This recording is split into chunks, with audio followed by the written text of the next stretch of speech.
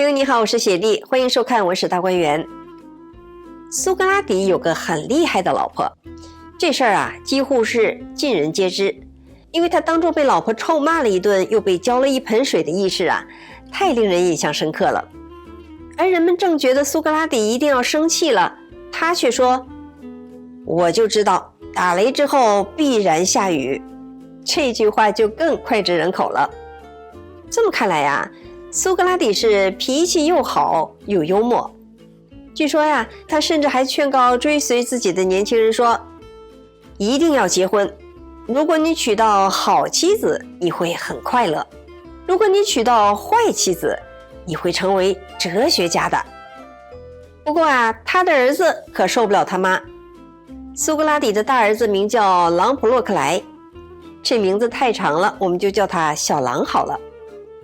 有一天，苏格拉底听到小狼对他的母亲大发脾气，那么苏格拉底会对儿子表示深深的理解呢，还是会挺自己这位悍妻呢？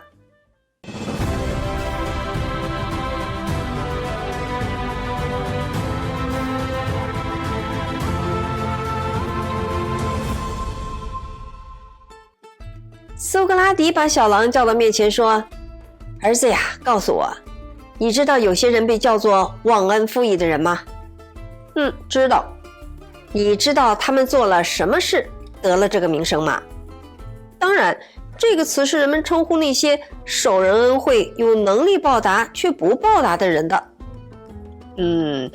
那么你认为忘恩负义的人算是不义的人咯？”“是的，我确实这样认为。”“那么你考虑过没有，对朋友忘恩负义是不义的，那对敌人忘恩负义也是不义的吗？”小狼想了想说：“我认为不管是对朋友还是对敌人，受到恩惠而不知感恩图报总是不义的。那么既然如此，不就是必须把忘恩负义认为是不折不扣的绝对不义的事了吗？”小狼点头同意。苏格拉底接着发问：“这么说来，是不是受人恩惠越大，不感恩图报的话，不义也就越大了？”小狼又表示同意。苏格拉底接着说：“那我们看到有谁从别人那里得到的恩惠，有比子女从父母那里得到的更多呢？父母使子女从无而变为有，使他们看到这么多美好的事物，分享到神明赐予人的这么多的福气，拥有宝贵的生命，这是我们无论如何也不愿意放弃的吧？国家之所以把夺取生命视为最大的罪行，处以死刑，就是因为他们相信，不用这种重大的刑罚就不足以防止这种不义。”小狼听着父亲的教导，而在2400多年后的今天，当我们听到苏格拉底这些睿智的话语的时候，是不是也觉得很受益呢？苏格拉底接着说：“当然，你不会认为人们生育子女只是为了满足情欲吧？因为随处可见的妓院就能满足这样的欲望。我们考虑的是什么样的女子能生育最好的孩子，我们就和他们结婚生育。”看来啊，这个时候苏格拉底是完全把儿子当作成年人来对待的，所以跟他详细讲述起这个成年人的话题。他继续说：“丈夫养家糊口，竭尽所能的为即将诞生的孩子提供充足的物质保障；妻子怀孕，忍受10月怀胎的辛苦。生完孩子后，尽管自己没有事先得到任何的好处，作为母亲，她还得喂养照顾孩子。孩子不知道是谁在照料他，也无法表达自己的需求。母亲要揣测他的需要并尽力满足，日夜操劳，疲惫不堪，却不知道能得到什么回报。而且呢，父母不仅要照料子女的日常生活，还要教导他们有益的知识，同时在需要的时候竭尽全力，确保子女能接受更优质的教育。”苏格拉底耐心地教导着，但小狼听后还是愤愤不平。可是尽管他做了这一切，而且做的比这还多得多，但是无论是谁也忍受不了他的坏脾气。苏格拉底问道：你想想，野兽的凶暴和母亲的坏脾气，哪一个更难忍受些呢？我认为是母亲的坏脾气更难忍受，至少我的母亲是这样。那么有许多人被野兽咬伤或者是踢伤，是不是你的母亲也这样咬过或者是踢过你呢？小狼仍旧气鼓鼓的。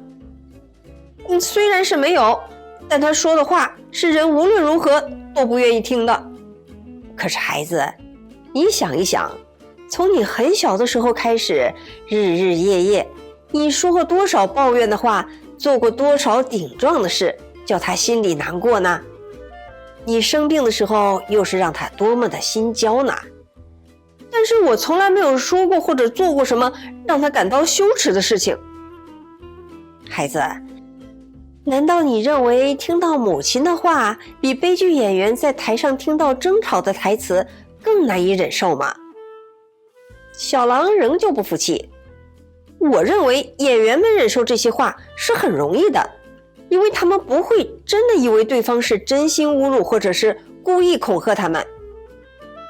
那么既然你知道母亲没有恶意，反而是希望你比任何人更幸福，你又何必感到烦恼呢？难道你认为母亲对你有恶意不成？不是的，我并不这么想。小狼承认了。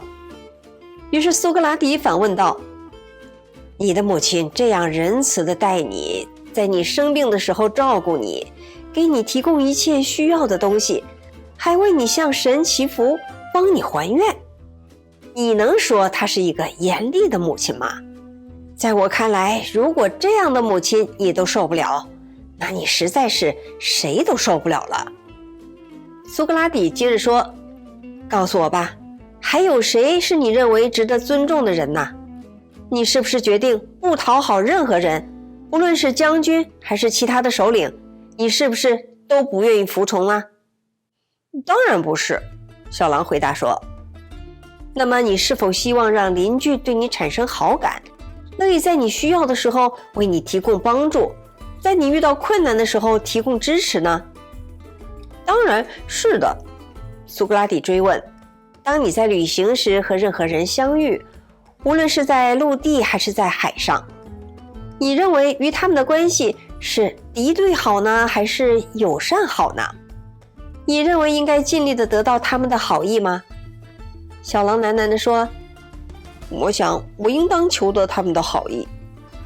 好，你希望求得他们的好意，但对于比任何人都更爱你的母亲，你倒认为不应当尊重她吗？苏格拉底这一连串的灵魂追问，终于让小狼无话可说了。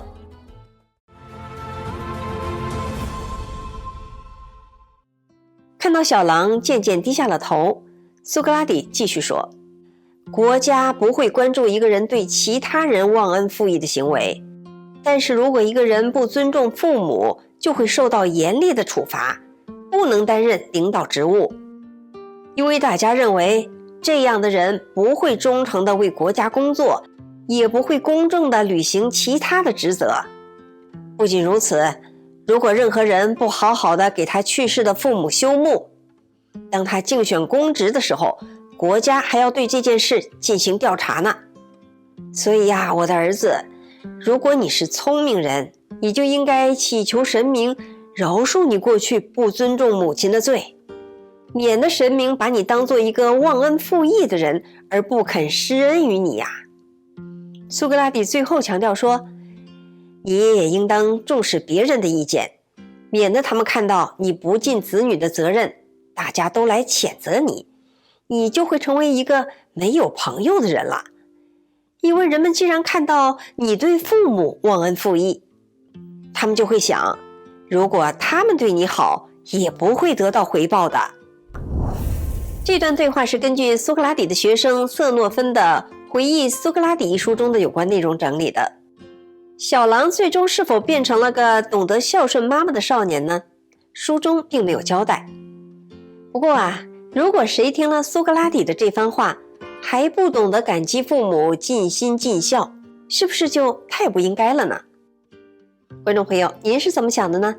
欢迎您在留言区发表您的看法。感谢您收看《文史大观园》，我是雪莉，我们下次节目再见。